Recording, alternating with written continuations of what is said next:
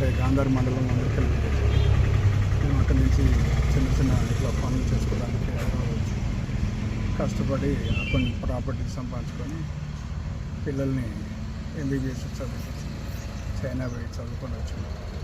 Love marriage చేసుకొని RSS marriage చేసుకోవడానికి బెదిరించి ఆర్ఎస్ఎస్ మ్యారేజ్ పోకుండానే బెదిరించి చేసుకొని అప్పటి నుంచి పిల్లగాన్ని వేధించుకుంటూ మా దగ్గర ఉన్న ప్రాపర్టీస్ అన్నీ అమ్మించి అంతా వాడుకొని ఇప్పటికి కూడా పిల్లోని డబ్బుల కోసమే వేధించుకుంటూ డబ్బులతోనే ఎప్పుడు చూసినా డబ్బు వేధింపే తప్ప ఇంకా వేరే ఏం లేదు.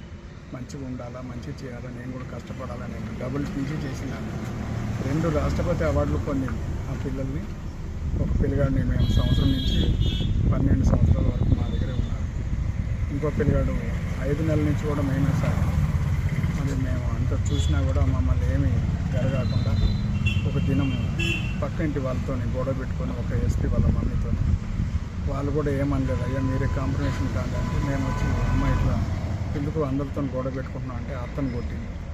నన్ను కూడా చెప్పుతాను కొట్టడానికి వస్తే నేను గమనం తప్పించుకున్నాను. పోలీసు వాళ్ళు ఇక్కడ నుంచి కేసురాడు కంప్లైంట్ ఇస్తే రఫీక్ ఇక్కడ నుంచి వచ్చిండాడు.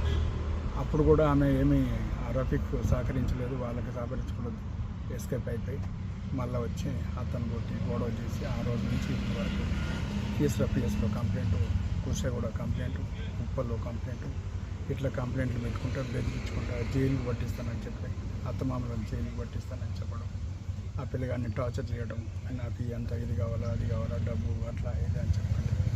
ఎన్నో లోన్లు తెచ్చి కట్టలేక వాడు రాత్రి పగలు అన్ని డ్యూటీలు చేసి అలసిపోయి వాడంతా దెబ్బతిని లాస్ట్కి నేను ఒకరోజు 7 గంటలకు ఫోన్ చేసి, నాన్న ఒక్కసారి నా కోసం వచ్చి క్షమాపణ అడిగాను అంటూ వస్తానన్నా 2 గంటలకల్లా నేను ఇక్కడ లేను, కొంచెం బయటకు వెళ్ళాను.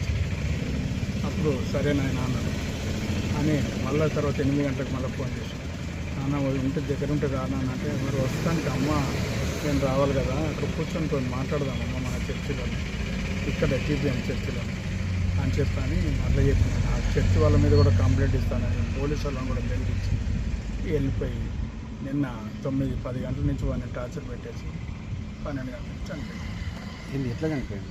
రోడ్డు అవుటర్ రింగ్ రోడ్ మీద చనిపోయింది. అదే ఏం తీసుకున్నాడు అసలు? అది ఇంజక్షన్ తీసుకున్నాడు అని చెప్పనే మాత్రం, కానీ మేము చూడలేదు, బాబుని చూడలేదు, ఏం లేదు. నిన్న నుంచి తీసుకుని ఏ టైంలో జరిగింది?